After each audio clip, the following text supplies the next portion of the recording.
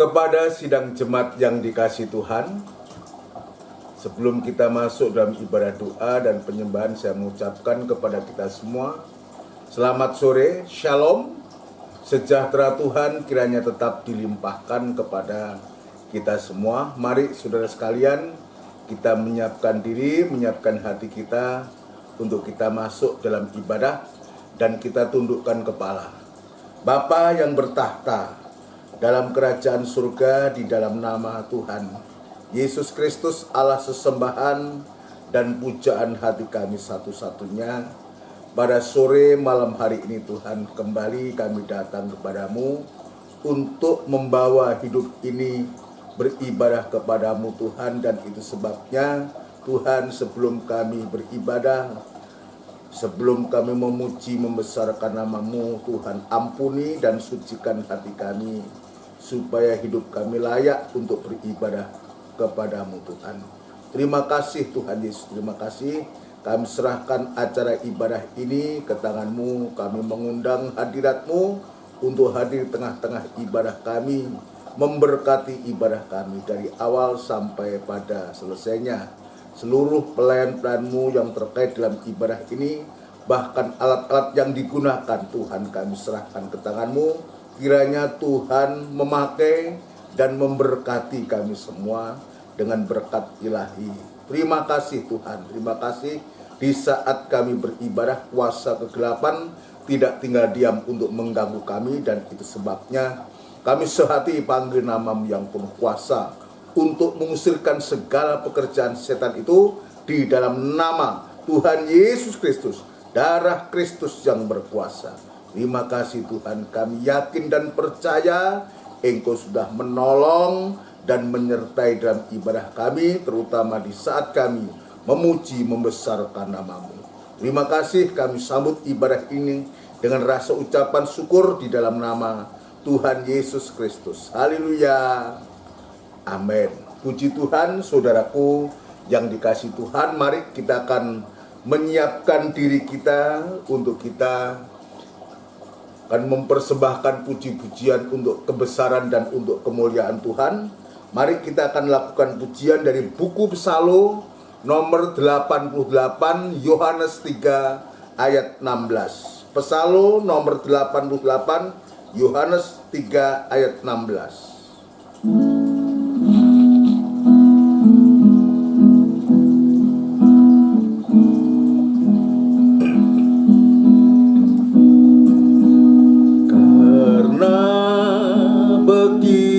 Allah cinta dunia hingga diberikannya anaknya yang tunggal, supaya yang percaya jangan binasa, tapi dapat hidup kekal. Karena begitu Allah cinta dunia hingga diberikannya anaknya yang tunggal, supaya yang percaya jangan binasa, tapi dapat hidup kekal. Karena begitu Allah cinta dunia hingga diberikannya anaknya yang tunggal, supaya yang percaya jangan binasa, tapi dapat hidup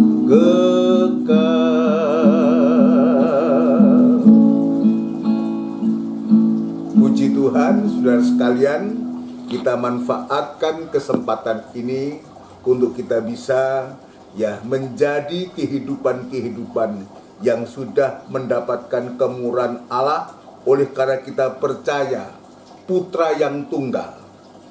Putra yang tunggal yang sudah berkorban nyawa untuk keselamatan kita. Puji Tuhan, mari saudara sekalian, kita akan lanjutkan pujian kita untuk kita mendengarkan firman Allah, renungan firman Allah. Kita akan melakukan pujian dari buku NR 337. NR 337, jiwaku haus akan kasih-Mu. Haleluya.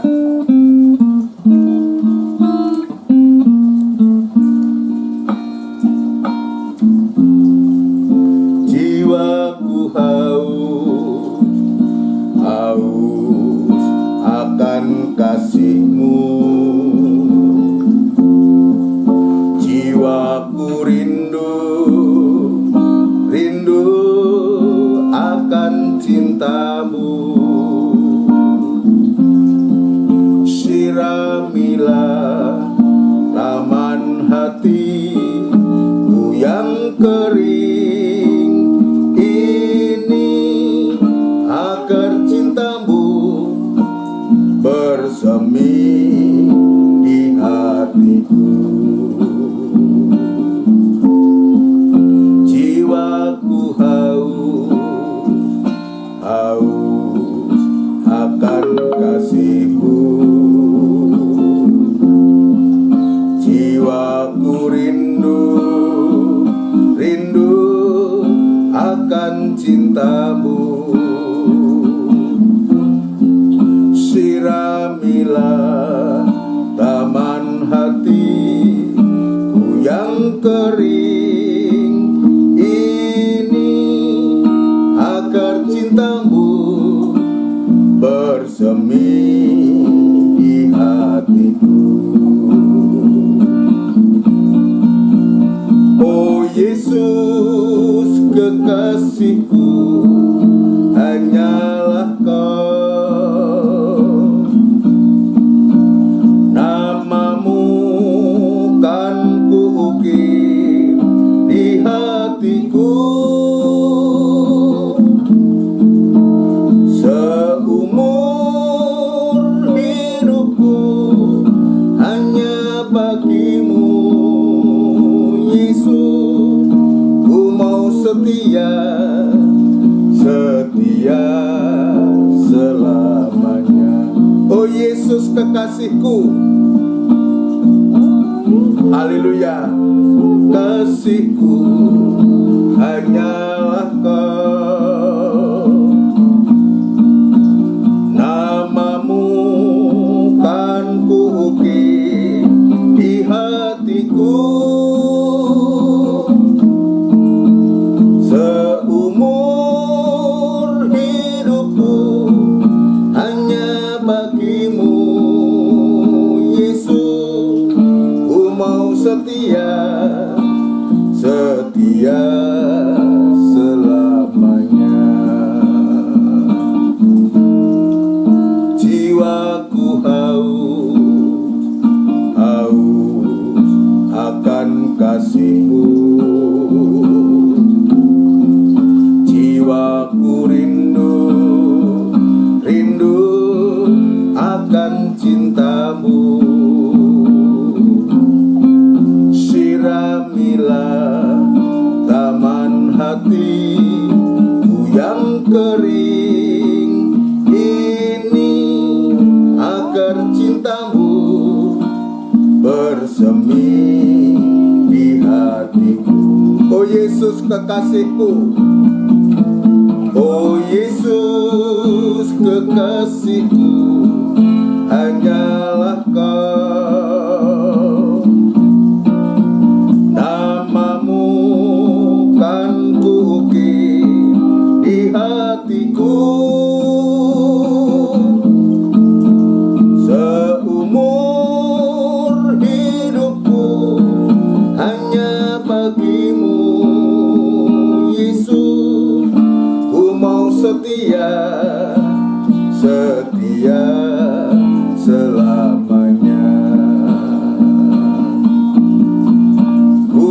setia, setia selamanya. Haleluya, haleluya.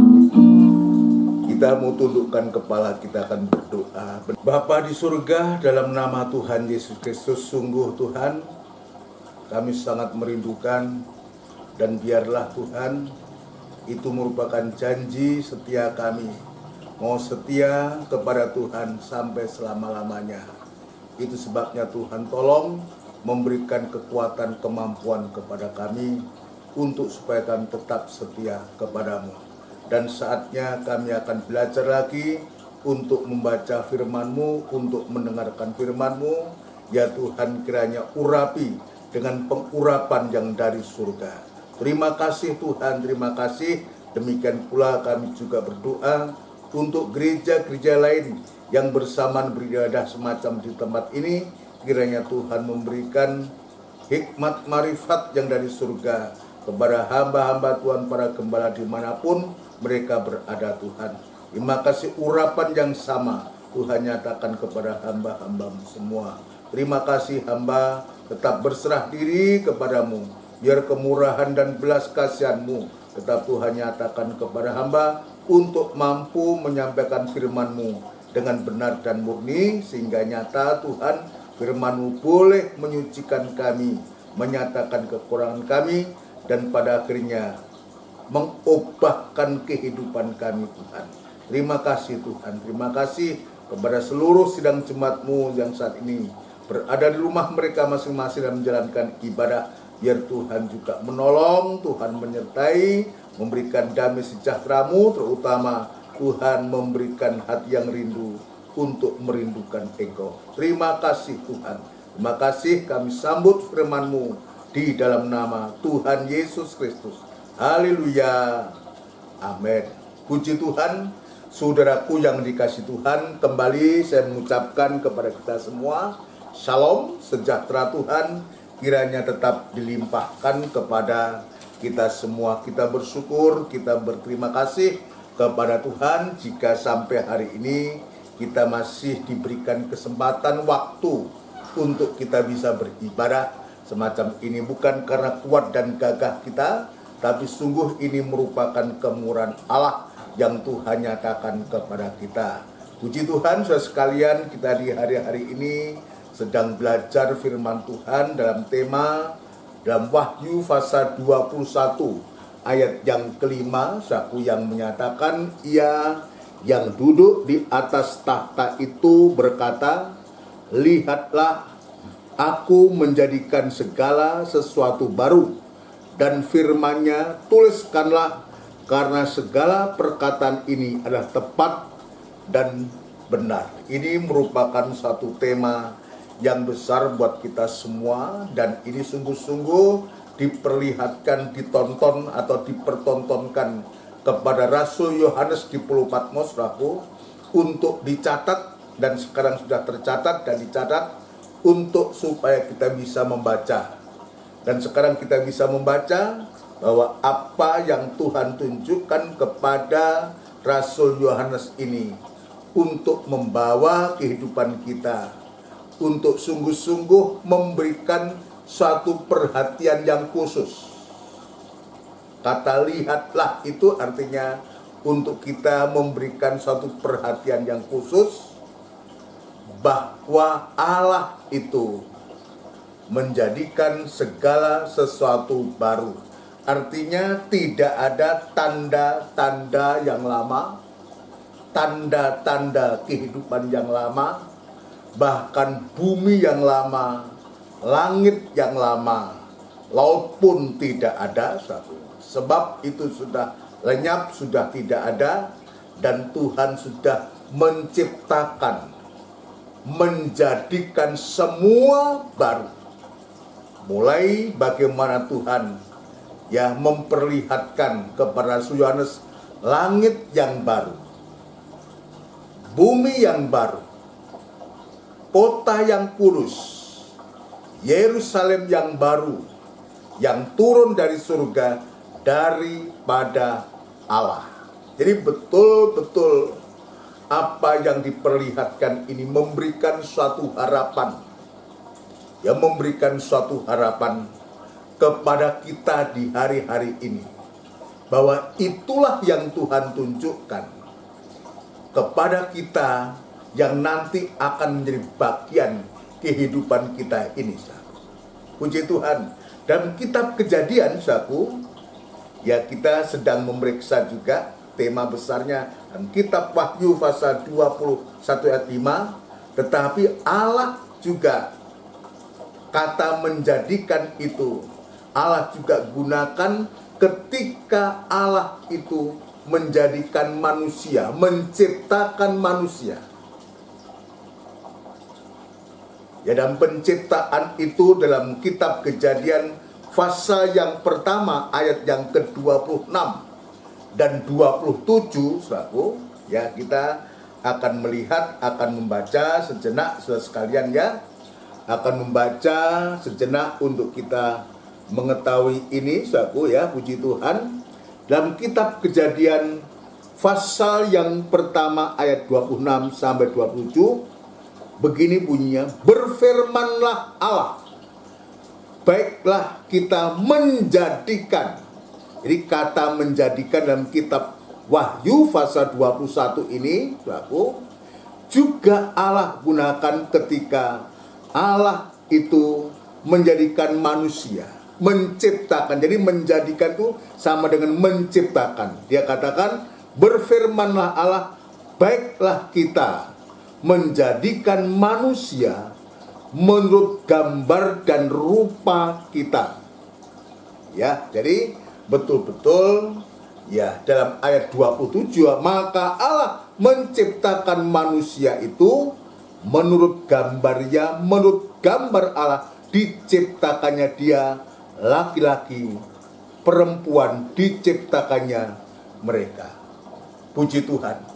Ini yang Tuhan tunjukkan kepada kita, saudara sekalian, ya, bagaimana Tuhan itu sudah berkarya menjadikan manusia ini menurut gambar dan rupa Allah. Kemarin saya menyatakan bahwa manusia ciptaan Tuhan dalam kitab Kejadian ini adalah perwujudan Allah yang tidak kelihatan. Sebab rupa Allah itu dalam wujud manusia ini yang diciptakan ini. Betul-betul menurut gambar, ya, dan teladannya Allah, menurut gambar, menurut gambarnya, menurut rupa kita. Puji Tuhan. Namun demikian, saudara sekalian, Allah menciptakan manusia dengan sangat sempurna ini.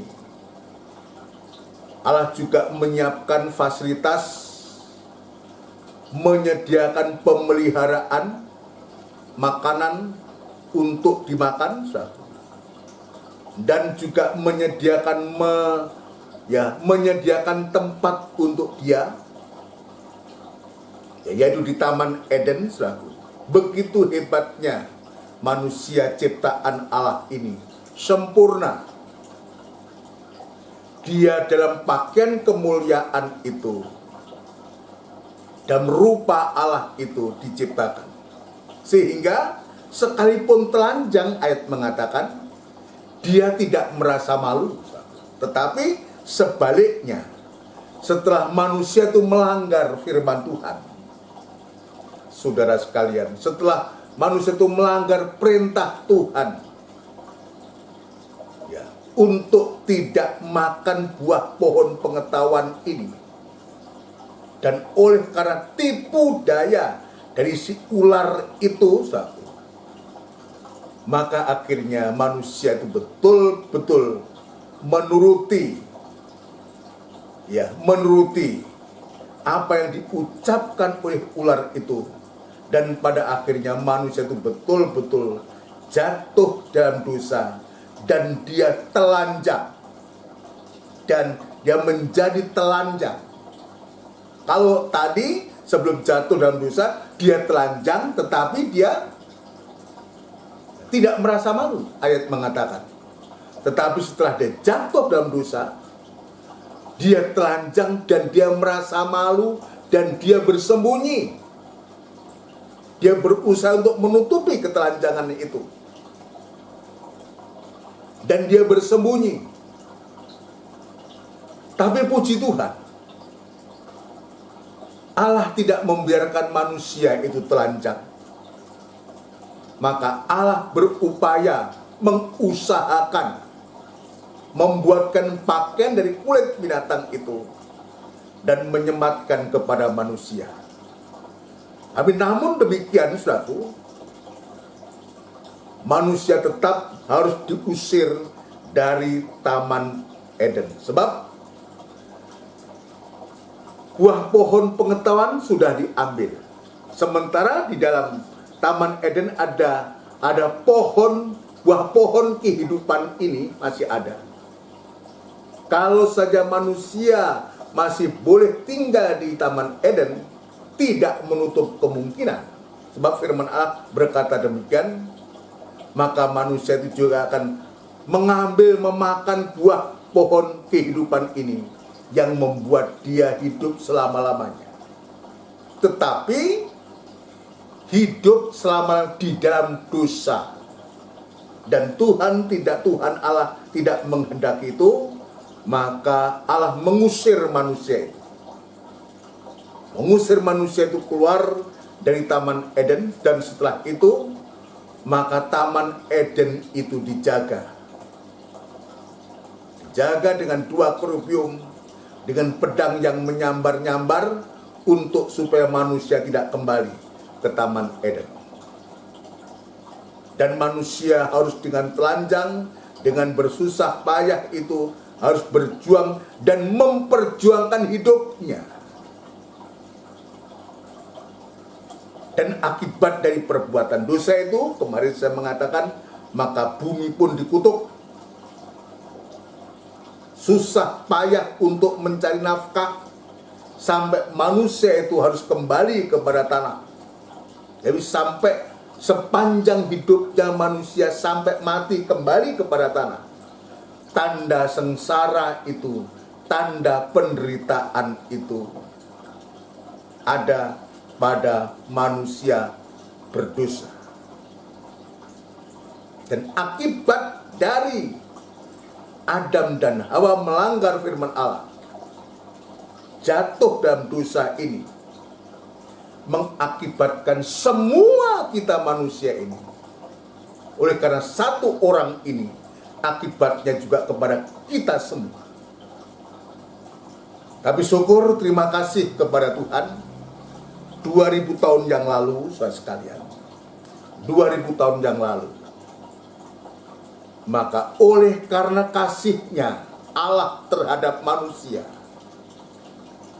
ya tadi dalam pujian tadi, aku dalam, ya karena begitu Allah cinta dunia hingga diberikannya anaknya yang tunggal, supaya yang percaya jangan binasa, tapi dapat hidup kekal. Dan ini betul-betul 2000 tahun yang lalu, betul-betul Allah itu memberikan putranya yang tunggal.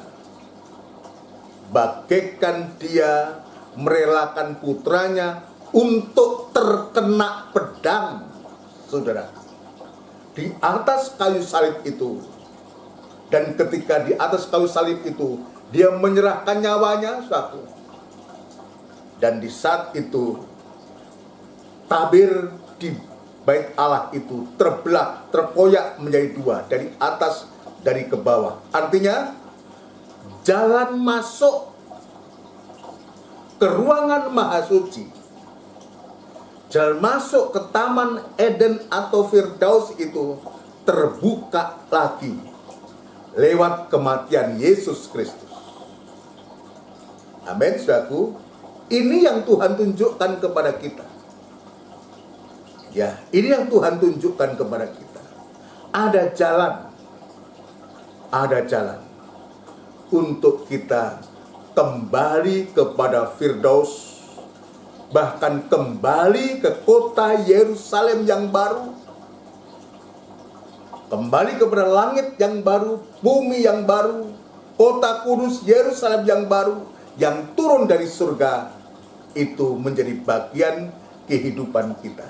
Saudara sekalian, ini yang Tuhan tunjukkan kepada kita. Itu sebabnya di hari-hari ini, biar kita melihat betapa kasih-Nya Allah itu sudah dinyatakan kepada kita semua. Ya, puji Tuhan. Benar memang Allah menciptakan kita gambar dan rupa Allah, tapi manusia sudah jatuh dalam dosa.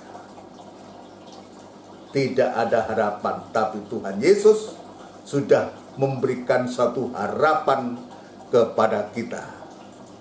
Ya, puji Tuhan. Dan sekarang kita akan lanjutkan pemeriksaan kita, saudaraku. Tujuan Allah itu menjadikan manusia itu menurut gambar dan rupa kita itu untuk apa?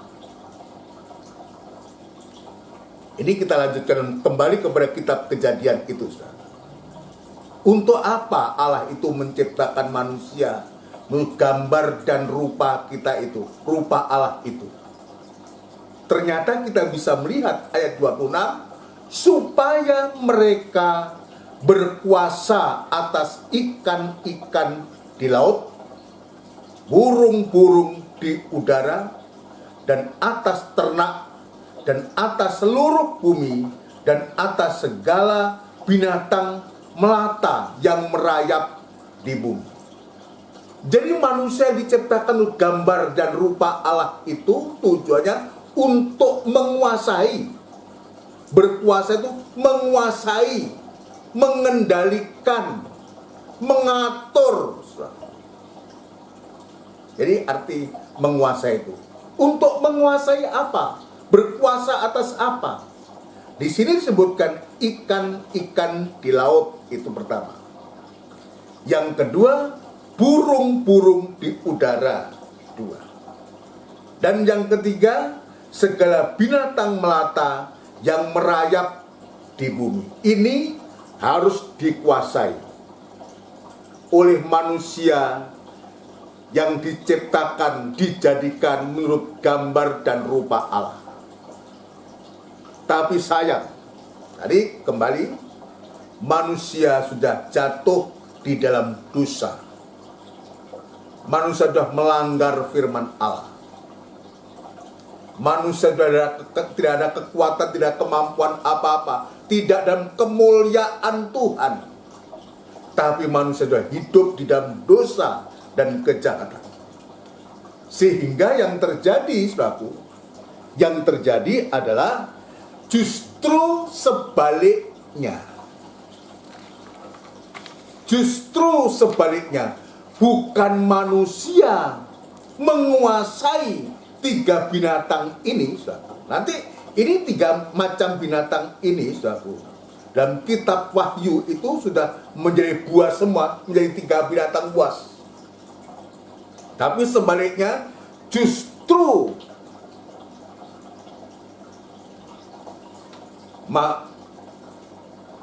justru binatang-binatang yang harusnya dikuasai, malah sekarang oleh karena manusia sudah jatuh dalam dosa, tidak dalam kemuliaan Allah lagi, maka justru binatang-binatang ini menguasai manusia. Menguasai manusia. Saya akan memberikan contoh dalam kitab Kejadian, saudara. Dalam kitab Kejadian, ikan-ikan di laut itu wujudnya ikan. Ya, dalam kitab Kejadian wujudnya memang ikan. Tapi dalam kitab Wahyu,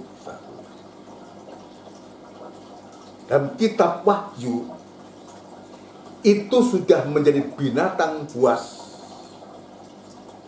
yaitu binatang yang keluar dari dalam laut. Itulah antikris. Kita lihat, nanti kita baca. Demikian juga binatang-binatang yang melata di atas bumi, ya binatang melata sebutkan ya, binatang melata yang merayap di bumi. Dalam kitab Wahyu juga disebutkan menjadi binatang yang buas, yaitu binatang yang keluar dari bumi. Itulah nabi-nabi palsu. Masih ada satu, yaitu burung-burung di udara. Wujudnya dalam kitab Kejadian hanya burung-burung biasa. Burung-burung biasa di udara yang kita bisa lihat berterbangan itu. Itu burung-burung. Tetapi juga dalam Wahyu pasal 12, burung-burung di udara ini sudah juga menjadi binatang buas. Wujudnya adalah ular naga merah padang. Wujudnya ular naga merah yang besar.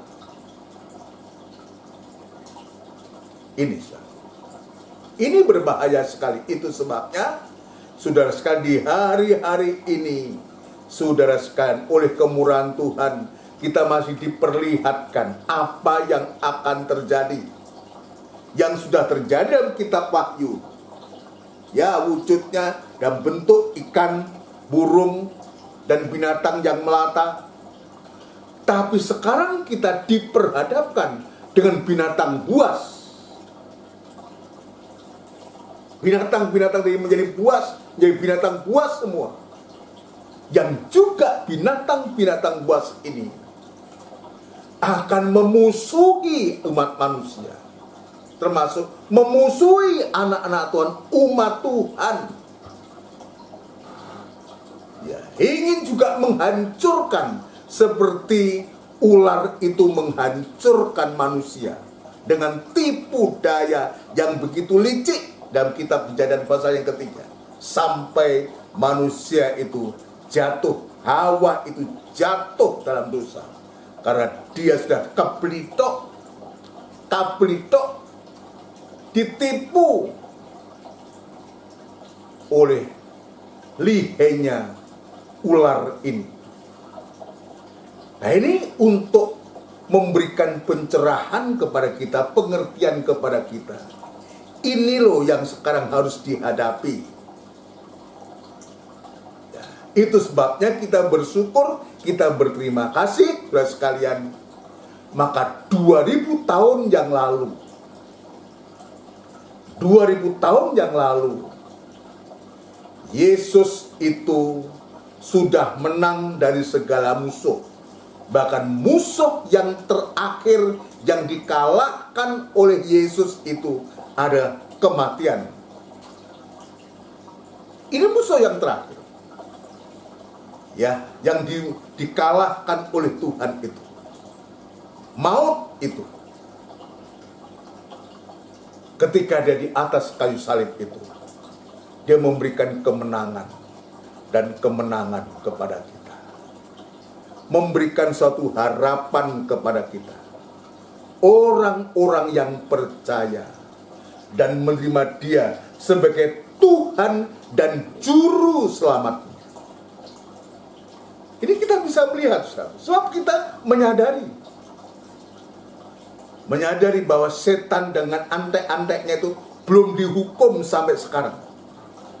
Nanti kita akan lihat, ya, kiprahnya antikris itu sampai sewaktu-waktu dia berkuasa 3,5 tahun di bumi ini, akan membawa malapetaka, membawa kesengsaraan terhadap umat manusia, termasuk orang-orang atau orang-orang Kristen bahkan yang tidak mau menyembah kepada dia, akan dibunuh. Tapi pada akhirnya nanti kemenangan pula yang akan Tuhan nyatakan kepada kita. Ayo kita lihat mulai dari burung-burung. Dalam kitab Kejadian itu disebutkan burung-burung di udara. yang dia akan mengganggu, bahkan mengatakan ekornya akan menyeret sepertiga bintang. Dan Wahyu pasal 12 kita akan membaca suatu. Wahyu pasal 12, Wahyu pasal yang ke-12 kita akan membaca.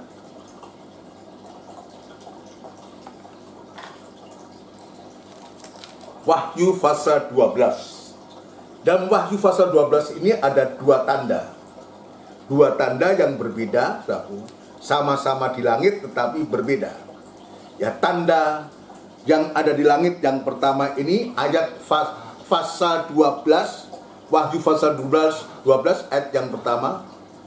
Maka tampaklah suatu tanda besar di langit, ya. Seorang perempuan berselubungkan matahari dengan bulan di bawah kakinya dan sebuah mahkota dari 12 bintang di atas kepalanya. Ini tanda yang pertama. Seorang wanita yang berpakaian atau berselubungkan matahari dengan bulan di bawah kakinya atau bulan menjadi pijakannya dan sebuah mahkota dari 12 bintang di atas kepalanya. Inilah gereja sempurna. Inilah mempelai wanita Tuhan yang sudah berpakaian matahari. Itu apa matahari? Itu gambar kasihnya Allah. Artinya berpakaian itu karakter, yang sudah mempunyai karakter kasih Allah. Dalam pelajaran yang lalu disebutkan isi dari tabut perjanjian itu. Kasihnya Allah, itu ada dua loh batu. Dan Wahyu pasal 12 diwujudkan matahari. Matahari itu bicara tentang kasihnya Allah, sudah menjadi karakter, sudah menjadi isi daripada mempelai perempuan itu.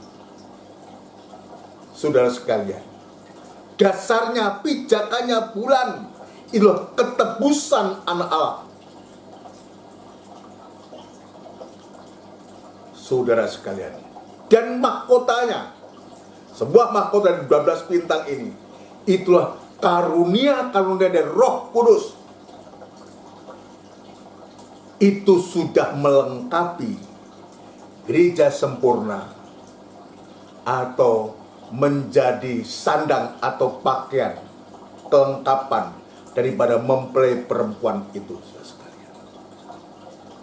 Ini tanda yang pertama. Tetapi ada tanda yang lain, saudara. Dalam ayat yang ketiga, ini yang saya katakan dalam kitab Kejadian, wujudnya adalah burung-burung di udara. Ya, dalam Wahyu pasal 12 ini disebutkan ayat 3, maka tampaklah suatu tanda yang lain. Nah, ada tanda yang lain di langit. Ada tanda yang lain di langit. Dan lihatlah, seekor naga merah padam yang besar.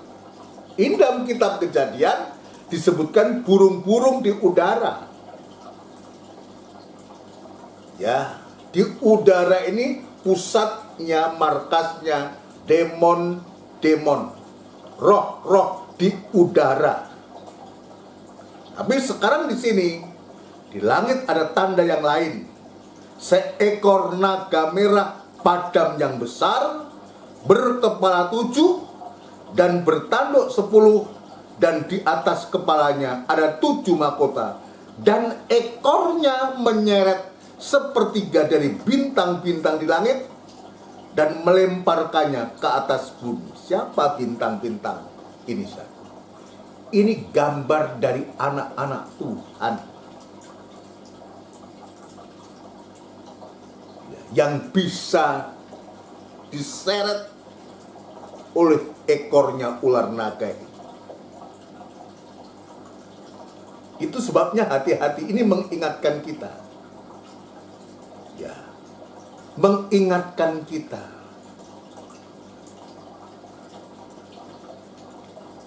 Dalam kitab Kejadian, ular yang mengganggu Hawa ini diremukkan kepalanya, iya. Tapi dia masih punya senjata piranti, yaitu ekor ini. Ekornya sekarang ini dia menyeret sepertiga bintang di langit. berguguran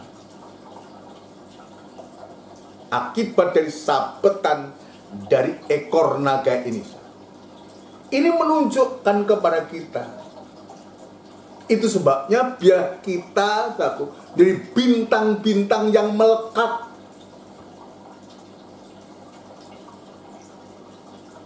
Ya. Bintang-bintang yang pada orbitnya, melekat pada orbitnya.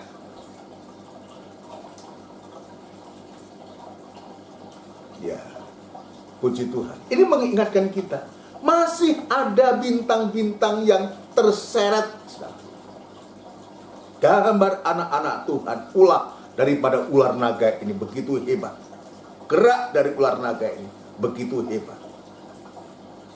Lalu kita bertanya, siapa ular naga ini? Dalam ayat yang ke-9, saudaraku, pasal 12, dan naga besar itu si ular tua, yang disebut iblis atau setan, yang menyesatkan seluruh dunia, dan seterusnya. Nanti akan dilemparkan ya, ke lautan api belerang yang bernyala-nyala. Jadi ular naga ini adalah pribadi iblis atau setan yang sudah menyesatkan seluruh dunia. Ya, menyesatkan manusia. Yang dulu menyesatkan, menjatuhkan, menyesatkan Hawa. Dampaknya juga kepada Adam. Maka ular naga ini juga, iblis dan setan ini, dan banyak mempengaruhi, menjatuhkan, menyesatkan, bahkan anak-anak Tuhan, karena pekerjaan iblis dan setan ini. Saudara sekalian, ini hebat, ini luar biasa. Jadi kita jangan anggap enteng. Oh, kita lihat, kita menguasai ikan-ikan, burung-burung, binatang yang melata. Iya, betul, waktu udah wujud semacam itu. Tapi kita dipertontonkan ini sekarang. Yang kita hadapi sekarang bukan ikan-ikan yang kita lihat ikan di kolam, saudara. Atau burung di udara yang berterbangan itu, bukan. Kita sedang diperhadapkan dengan ular naga yang begitu ganas. Ekornya masih bisa nyebet, saudara. Sepertiga bintang. Bintang-bintang ini juga bicara bukan hanya anak-anak Tuhan. Bintang-bintang ini juga bicara tentang gembala-gembala atau pemimpin-pemimpin gereja yang menjadi ancaman daripada ular naga merah besar yang padam yang besar ini. Ini mengingatkan kita semua. Di samping itu masih ada yang namanya ikan-ikan di laut, tadi saya menyebutkan. Dan binatang-binatang melata. Siapa dia? Dalam Wahyu pasal yang ke-13. Wahyu pasal 13 ayat yang pertama, ini munculnya binatang yang keluar dari dalam laut. Ya, dulu itu wujudnya ikan-ikan di laut, sahabat. Tapi inilah ya, binatang yang keluar dari dalam laut ini adalah berbicara tentang antikris. Ayo kita baca. Ya, seberapa yang kita bisa baca. Ya, nanti sudah bisa baca sendiri keseluruhan pasal 13. Kita baca ayat yang pertama. Lalu aku melihat seekor binatang keluar dari dalam laut, bertanduk 10 dan berkepala 7. Di atas tanduk-tanduknya terdapat 10 mahkota, dan pada kepalanya tertulis nama-nama puja. Jadi ini luar biasa. Antikris ini betul-betul ya, nanti dalam ayat yang berikutnya punya mulut tetapi untuk menghujat Allah Tritunggal. Ya. Binatang yang kulihat itu serupa dengan macan tutul.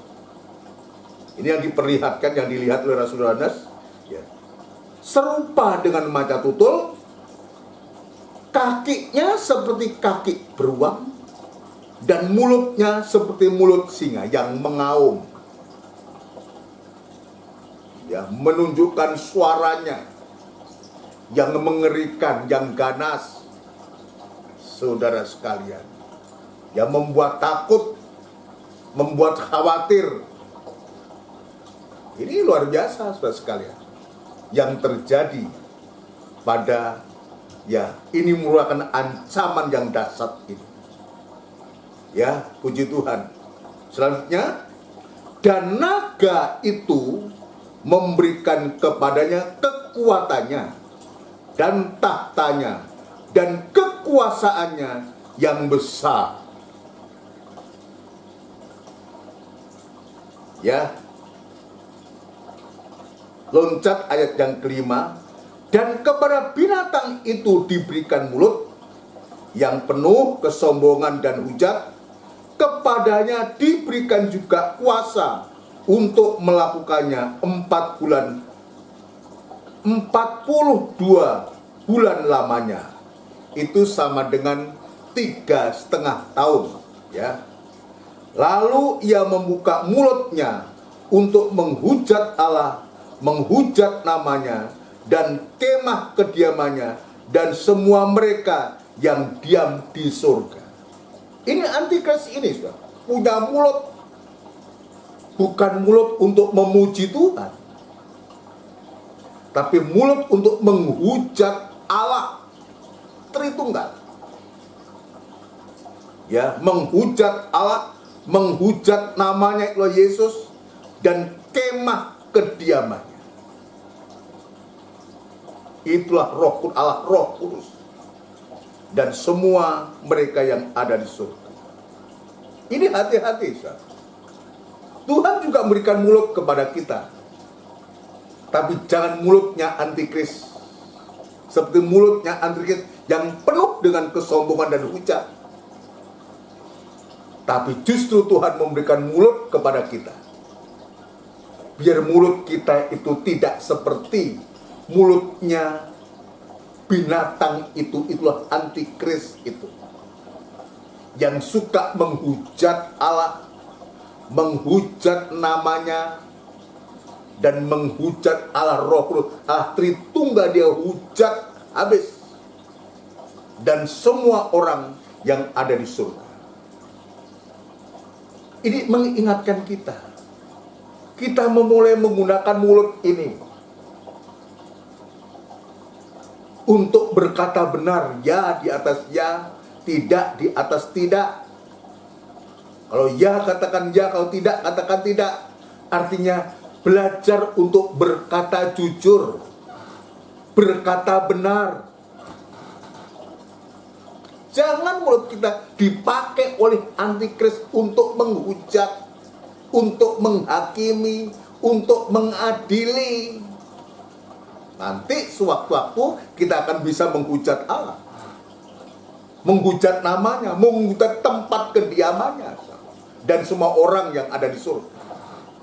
Itu sebabnya dengan adanya ibadah dan pelayanan, dengan adanya kita bisa membaca firman Allah ini, untuk membawa mulut ini untuk berkata benar. Memang kita tidak sempurna dalam kata-kata. Bab ada ayat mengatakan kalau kita tidak salah dalam perkataan, itu orang sempurna. Yakobus mengatakan. Kita mengakui kita memang masih banyak kekurangan dalam hal kata-kata ini. Tapi biarlah firman Allah lewat ibadah-ibadah mengoreksi kita, supaya Tuhan lewat firman itu memperbaiki mulut kita, perkataan kita, ucapan kita. Sebab kalau tidak, mulut ini bisa dipakai oleh setan untuk menghujat seperti antikris ini.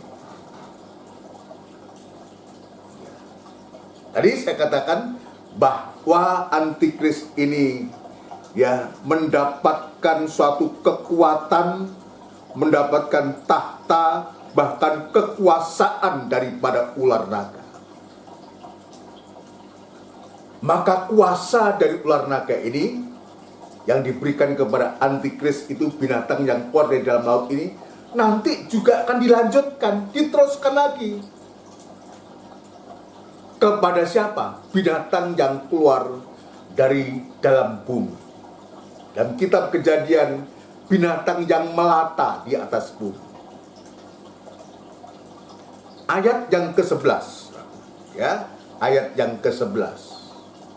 Dan aku melihat seekor binatang lain keluar dari dalam bumi, itulah nabi palsu, dan bertanduk dua, sama seperti anak domba, dan ia berbicara seperti seekor naga. Ini sama karakternya.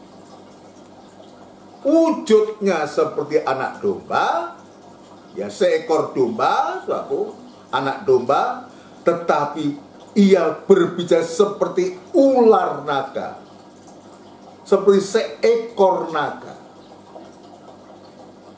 Ya, menyemburkan api dari mulut, mendesis, itu ular. Ini luar biasa. Wujudnya seekor anak domba, seperti anak domba, tapi dia berbicara seperti seekor naga. Ini luar biasa. Ini yang sedang juga kita hadapi. Itulah nabi-nabi palsu. Ya. Sebutkan, ya. Ia berbicara seperti seekor naga yang di dalam penuh dengan tipu daya. Saat di Taman Eden, ular ini sudah mempengaruhi, menyesatkan, memutar balik perkataan itu kepada Hawa. Sekarang lebih lihai lagi. Ya, sudah lihai lagi, sudah menjadi ular naga. Maka juga dari perkataan dan lewat nabi-nabi palsu ini yang disebutkan bicara seperti seekor naga ini akan lebih dahsyat lagi untuk banyak mempengaruhi lewat pengajaran-pengajaran palsunya itu untuk menyesatkan orang-orang manusia, bahkan juga tidak menutup kemungkinan orang-orang Kristen atau anak-anak Tuhan yang mengaku anak-anak Tuhan lewat ajaran yang memutar balik, ajaran yang menyesatkan itu, saudara-saudara. Ini hebat ini. Kita lihat. Sebab dia tidak bekerja sendiri, nabi palsu ini. Ada yang mendorong dia. Ada yang memotori dia. Coba ayat yang ke-12. Dan seluruh kuasa binatang yang pertama, itulah antikris itu, dijalankannya di depan matanya. Ia menyebabkan seluruh bumi dan semua penghuninya menyembah binatang pertama yang luka parahnya telah sembuh. Jadi pengajaran nabi palsu ini mengarahkan kepada manusia itu menyembah kepada binatang antikris ini.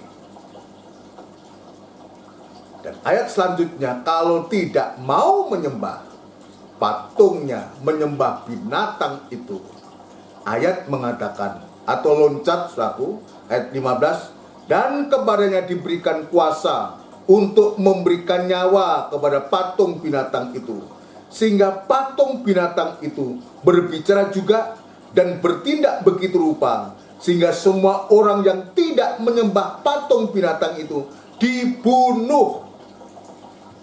Ini luar biasa ini. Ini yang diperlihatkan kepada Rasul Yohanes. Kitab Wahyu ini kitab yang menceritakan apa yang akan terjadi. Nah, ini ditulis tujuannya untuk supaya kita tahu dan kita menyiapkan diri. Kalau kita tahu bahwa tujuan dari antikris, nabi palsu yang dimotori oleh ular naga ini, untuk menyembah manusia, untuk menyembah binatang itu, untuk menyembah patung itu. Di sisi yang lain, kita diajar oleh firman Tuhan untuk hanya menyembah satu Allah di dalam Tuhan Yesus Kristus saja. Tapi di pihak lain Anda akan memaksakan dirinya, memaksakan manusia, yang memaksakan orang-orang yang bisa dipengaruhi itu, dan akan mempengaruhi orang-orang itu, dan akan memaksakan kehendaknya untuk orang menyembah kepada patung binatang itu. Itu sebabnya kita sekarang bisa membaca, bisa mendengar, untuk kita bisa mempersiapkan diri. Untuk kita mempersiapkan diri, itu sebabnya saudara sekalian, kita bersyukur, kita berterima kasih kalau hari ini kita diberikan tema oleh Tuhan, yaitu lihatlah aku menjadikan segala sesuatu baru. Biar ini kita yakini, biar ini kita percayai bahwa benar Tuhan akan menjadikan semua baru. Prosesnya adalah, tadi saya mengatakan, mulai dari 2000 tahun yang lalu Allah sudah memberikan putranya yang tunggal, dan di sana dia sudah mulai mengalami suatu kemenangan dan kemenangan dan kemenangan. Bahkan musuh yang terakhir yang sudah dikalahkan oleh Tuhan adalah maut, kematian. Ya, upah dosa itu kematian. Itu sudah Tuhan kalahkan. Maut itu sudah dikalahkan. Musuh yang terakhir, maut itu sudah dikalahkan. Untuk apa? Untuk supaya Tuhan itu memberikan kehidupan. Kematian dikalahkan, maut dikalahkan, dan kehidupan itu diberikan kepada umat manusia. Siapa mereka? Kehidupan yang percaya kepadanya. 1 Korintus pasal yang ke-15. 1 Korintus pasal yang ke-15, kita akan membaca ayat yang ke-25 dan 26.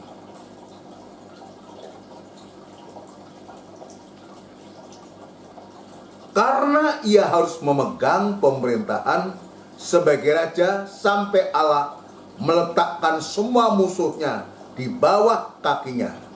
Musuh yang terakhir yang dibinasakan ialah maut. Ialah maut. Dan ayat yang ke 55. Hei maut, di manakah kemenanganmu? Hei maut, di manakah sengatmu? Ini kita lihat, begitu luar biasa. Ayat 56, sengat maut ialah dosa, dan kuasa dosa ialah hukum Taurat. Tetapi syukur kepada Allah, perhatikan, yang telah memberikan kepada kita kemenangan oleh Yesus Kristus Tuhan kita. Itu sebabnya tadi saya mengatakan, kita bersyukur, kita berterima kasih. 2000 tahun yang lalu Allah itu menunjukkan kasih-Nya, memberikan putra yang tunggal, dan dia ternyata telah menang. Dan kepada kita syukur kepada Allah yang telah memberikan kemenangan pada kita, memberikan kepada kita kemenangan oleh Yesus Kristus Tuhan kita. Karena itu saudara-saudaraku yang kekasih, berdirilah teguh, jangan goyah, dan giatlah selalu dalam pekerjaan Tuhan, sebab kamu tahu bahwa dalam persekutuan dengan Tuhan jerih payahmu tidak sia-sia. Jadi ini suatu kekuatan dan penghiburan yang Tuhan tunjukkan kepada kita. Dia sudah menang. Mulai dari Kristus, dia sudah memberikan kemenangan kepada kita. Dan sikap kita sekarang, tapi apa yang dikatakan Paulus, berdirilah teguh, jangan goyah, dan giatlah selalu dalam pekerjaan Tuhan. Ini yang harus kita lakukan sebagai orang-orang yang sudah menang. Menang bukan karena ini perjuangan kita. Kita diberikan kemenangan, diberikan kemerdekaan. Karena Kristus sudah berjuang bagi kita. Dia mati untuk supaya kita hidup dan berkemenangan. Ini yang Tuhan tunjukkan. Di satu sisi, kita juga diperhadapkan kiprahnya setan ini. Ya. Setan ini dengan antek-anteknya, itulah ular naga, antikris dan nabi palsu ini. Saudara sekalian, kita diperhadapkan ini. Tetapi kita yakin bahwa Tuhan sudah memberikan kemenangan kepada kita. Ya, oleh karena kita percaya, ya, memberikan pada kita kemenangan oleh Yesus Kristus, Tuhan kita. Bukan karena kuat dan gagah kita. Maka disebutkan di sini tadi dikatakan, itu sebabnya berdirilah teguh, jaga sikap, jangan goyah, jangan mau digoyahkan oleh apapun juga, oleh antikris nabi palsu sekalipun ada ancaman-ancaman sekalipun, jangan sampai kita menyerahkan kemenangan, menyerahkan keselamatan itu pada mereka. Dan sampai sewaktu-waktu nanti Tuhan betul-betul memberikan kenangan penuh kepada kita. Itu sebabnya kalau dia sebutkan berdirilah teguh dan jangan goyah, maka kita harus tunjukkan ini, sikap kita ini, untuk kita bisa mengasihi Tuhan, bisa mengasihi Tuhan lebih daripada yang lain, sehingga tidak ada seorang pun, siapapun yang bisa menggoyahkan kita, bahkan memisahkan kita dari kasihnya Kristus itu kepada kita. Ini kita baca Roma pasal yang ke-8. Roma pasal yang ke-8. Bagaimana Tuhan lewat Rasul Paulus ini menuliskan, memberikan suatu semangat kepada kita. Ya, semangat untuk kita berdiri teguh, jangan goyah ini. Roma pasal 8 ayat 32. Ia yang tidak menyayangkan anaknya sendiri. Jadi Paulus ini mencatat, saudara sekalian, dia menuliskan untuk mempertontonkan, menunjukkan kepada kita betapa Allah itu, karena kasihnya akan dunia, akan umat manusia itu. Dia katakan, ia yang tidak menyayangkan anaknya sendiri, tetapi menyerahkannya bagi kita semua. Bagaimanakah mungkin ia tidak mengaruniakan segala sesuatu kepada kita bersama-sama dengan dia? Siapakah yang akan menggugat orang-orang pilihan Allah? Nah, sekarang pertanyaannya, betulkah kita ada kehidupan-kehidupan yang dipilih Allah? Kalau kita kehidupan yang dipilih Allah, lalu siapa yang bisa menggugat orang pilihan Allah? Ya, Allah yang membenarkan mereka. Allah yang membenarkan, Allah yang memilih kita. Ya. Siapakah yang akan menghukum mereka? Kristus Yesus yang telah mati, bahkan lebih lagi yang telah bangkit, yang juga duduk di sebelah kanan Allah, yang malah menjadi pembela bagi kita. Ini dasar. Kita sedang diperhadapkan dengan 3 macam binatang buas ini. Tapi di satu sisi Tuhan juga menunjukkan ini kepada kita, untuk kita tidak gentar dan menghadapi situasi yang sulit nanti sewaktu-waktu. Ya, sebab ini akan terjadi.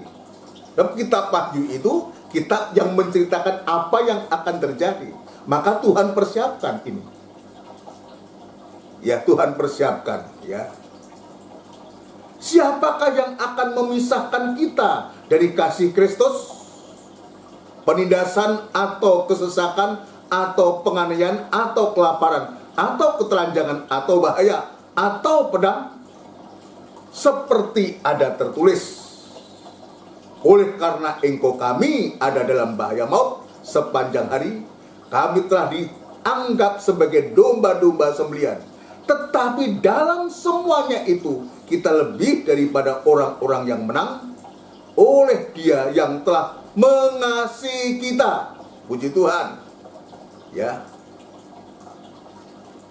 Oleh Dia yang telah mengasihi kita. Dan nanti sudah bisa membaca.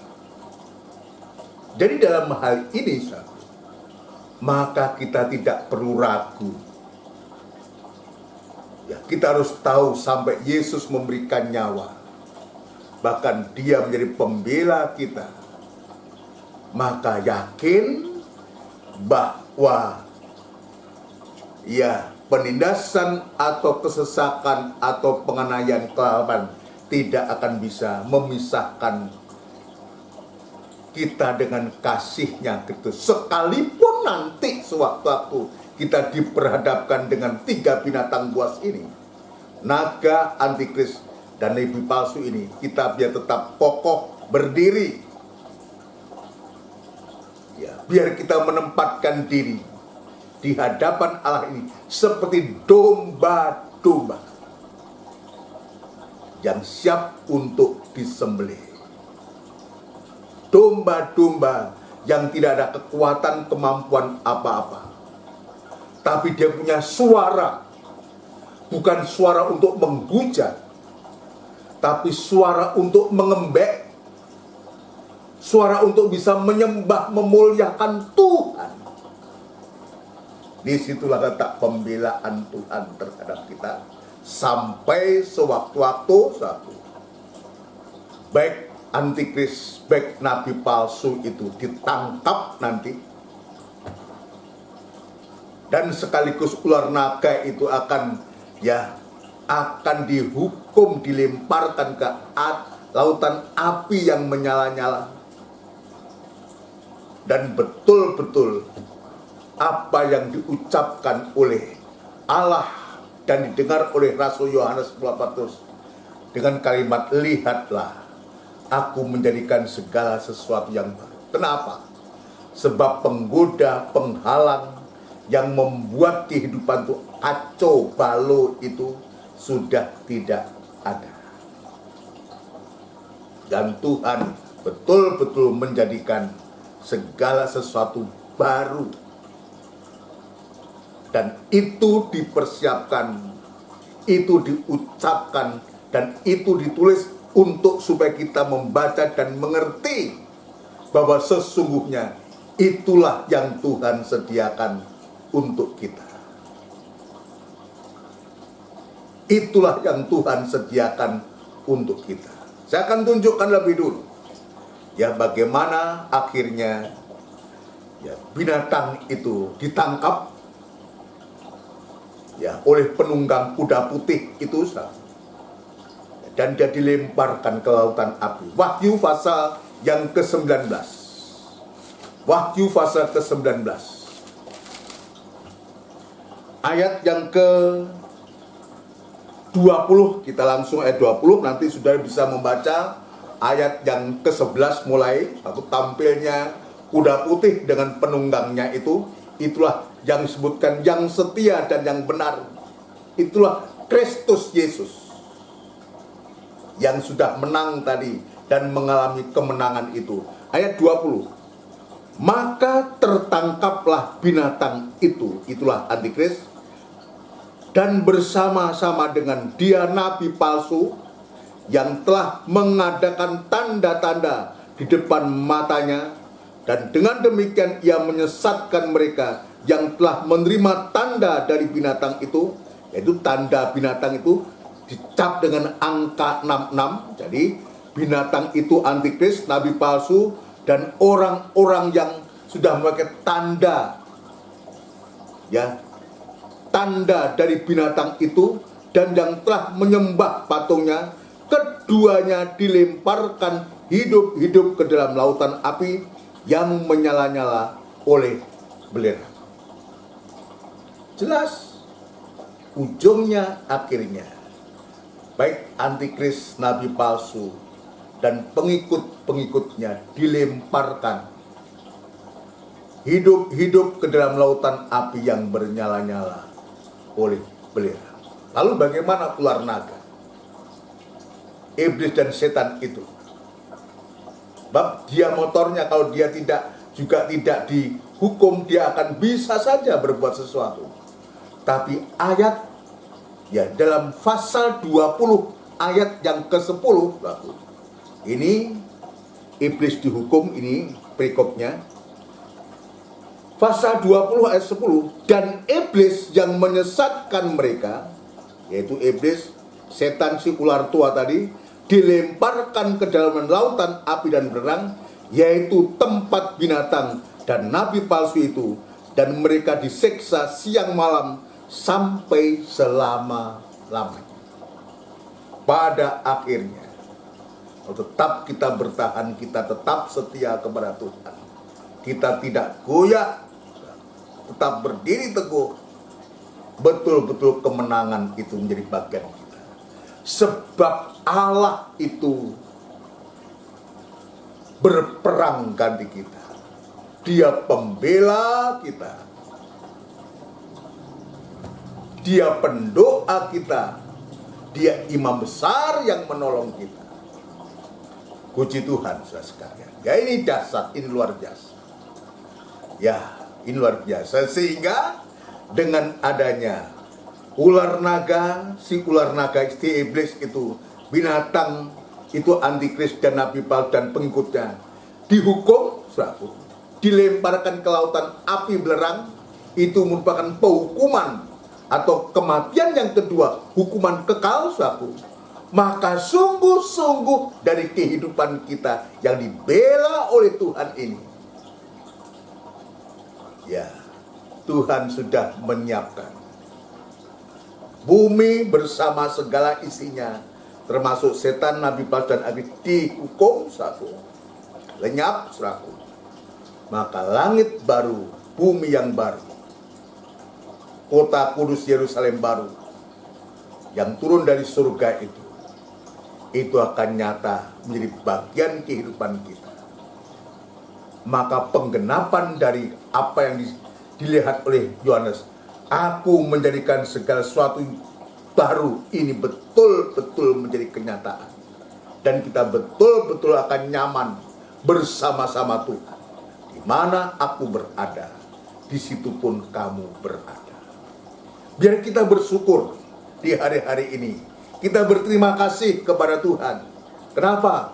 Karena Tuhan masih memberikan anugerah, memberikan kesempatan kepada kita. Untuk apa?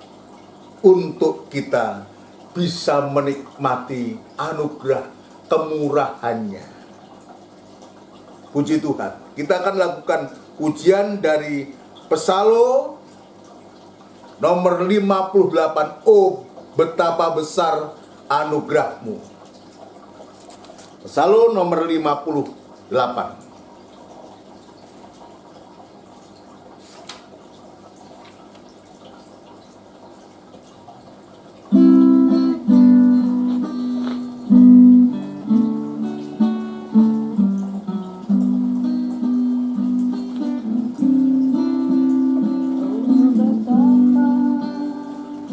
Besar anugerahnya,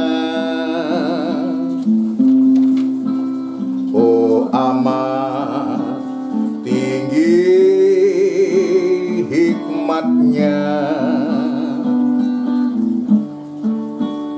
kelak menjadikan kita mempelainya.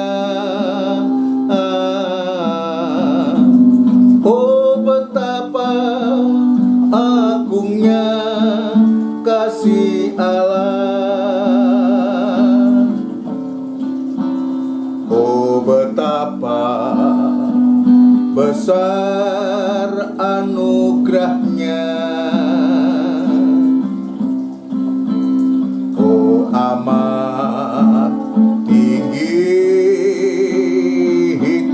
anugerahnya telah menjadikan kita mempelainya. Oh betapa agungnya kasih Allah. Sekali lagi, oh betapa besar anugerahnya. Oh betapa besar anugerahnya. Haleluya. Oh amat tinggi hikmatnya, telah menjadikan kita mempelainya. Oh betapa agungnya kasih Allah. Oh betapa agungnya kasih Allah. Kita bersama tundukkan kepala. Haleluya. Kita tundukkan kepala. Jadi kita berdoa, bersyukur kepada Tuhan untuk anugerahnya. Benar Tuhan, kami bersyukur, kami berterima kasih untuk anugerah yang dari Engkau. Engkau masih memberikan kesempatan untuk kami beribadah, memberikan kesempatan untuk kami bisa mendengarkan firman-Mu. Dan sungguh Tuhan, firman-Mu sudah mengingatkan kepada kami, memberikan koreksi kepada kami, bahkan memberikan harapan kepada kami untuk kemenangan-kemenangan yang Engkau sudah sediakan kepada kami. Terima kasih Tuhan untuk lawatan-Mu, untuk berkat-Mu pada sore malam hari ini dalam ibadah doa dan penyembahan ini. Biarlah berkat-Mu melimpah dalam hati kami dan menjadi berkat bagi orang lain, dan nama Tuhan dipermuliakan. Terima kasih Tuhan. Dalam nama Tuhan Yesus Kristus kami alaskan doa dan sembahyang kami. Haleluya. Amin. Puji Tuhan, saudaraku yang dikasihi Tuhan. Demikianlah rangkaian ibadah kita pada malam hari ini. Tuhan sudah memberkati kita. Puji Tuhan. Mohon perhatiannya jadwal ibadah kita. Nanti kita akan kembali pada ibadah raya tanggal 26 September jam 5:30 sore tepat dimulai. Saudara sekalian ya. Kita perhatikan dan biarlah kita tekuni ibadah-ibadah ini. Dan tetap kita berdoa dan selalu mendoakan ya kerinduan kita bawa kepada Tuhan untuk supaya betul-betul pandemi corona ini bisa berlalu dan kita segera bisa beribadah tatap muka. Ya, ini yang menjadi kerinduan kita semua. Kita berdoa dan terutama Tuhan memberikan firman Allah untuk kebutuhan kita di hari-hari ini menjelang kedatangan Tuhan yang kedua kali. Nanti kita akan berdoa untuk sidang jemaat yang membutuhkan doa, saudaraku. Ibu atau Tante Aniwaro, saudaraku, yang sudah di rumah dalam proses pemulihan. Kita tetap doakan biar Tuhan menolong. Om Edwin juga Tuhan menolong, dan saudara kita yang lain yang mungkin tidak sebutkan namanya satu persatu, Tuhan juga menolong. Orang-orang tua kita biar Tuhan juga memberikan semangat dan kekuatan yang baru. Sidang jemaat Tuhan yang mungkin ada masalah persoalan dalam ekonomi, keuangan, nikah, rumah tangga, usaha pekerjaan, biar Tuhan juga membuka jalan. Bagi yang melamar pekerjaan atau mencari pekerjaan, Tuhan membuka jalan, Tuhan turut campur tangan. Ya, mari kita akan akhiri ibadah kita untuk kita menyerahkan diri kepada Tuhan. Tidak putus-putusnya kami mengucapkan syukur, terima kasih kepadamu Tuhan. Engkau begitu baik dan perhatianmu begitu luar biasa. Dan Tuhan sudah memberkati kami, biarlah kami juga menjadi berkat bagi orang lain. Dan kami serahkan ibadah-ibadah yang Tuhan sudah sediakan kepada kami, biar Tuhan mengajarkan kami untuk tekun beribadah dan melayani Engkau sampai Engkau datang yang kedua kali. Berdoa untuk sidang jemaat-Mu Tuhan yang membutuhkan doa dan pertolongan, khususnya yang dalam proses pemulihan Tante Aniwaro, Om Edwin, Kami doakan biar Tuhan memberikan kekuatan, semangat, damai, sejahtera di hati, dan betul-betul kemudian dipulihkan oleh Tuhan. Bagimu tidak ada barang yang mustahil, Tuhan. Terima kasih orang-orang tua kami dalam usia lanjut, biar Tuhan memberikan damai sejahtera-Mu, memberikan kekuatan dan semangat yang baru, berbahagia bersama Tuhan, bersama keluarga mereka. Terima kasih yang dalam masalah persoalan nikah, rumah tangga, usaha, pekerjaan, yang mencari pekerjaan, Engkau buka jalan, Engkau yang akan menyelesaikan segala masalah persoalan yang sedang dihadapi oleh sidang jemaat. Berikan kesehatan, kekuatan surgawi. Terima kasih Tuhan. Segala pekerjaan setan yang coba mengganggu sidang jemaat-Mu semua, Tuhan, kami berdoa dan kami panggil nama-Mu yang penuh kuasa untuk mengusirkan segala pekerjaan setan itu di dalam nama Tuhan Yesus Kristus, darah Kristus yang berkuasa.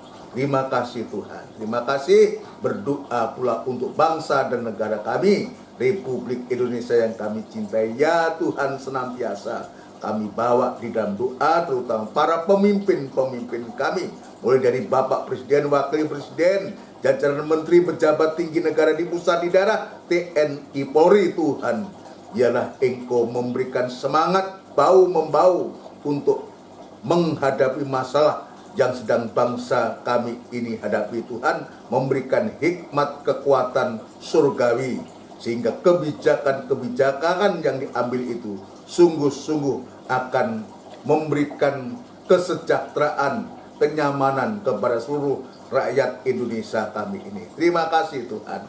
Terima kasih, terima kasih, terima kasih.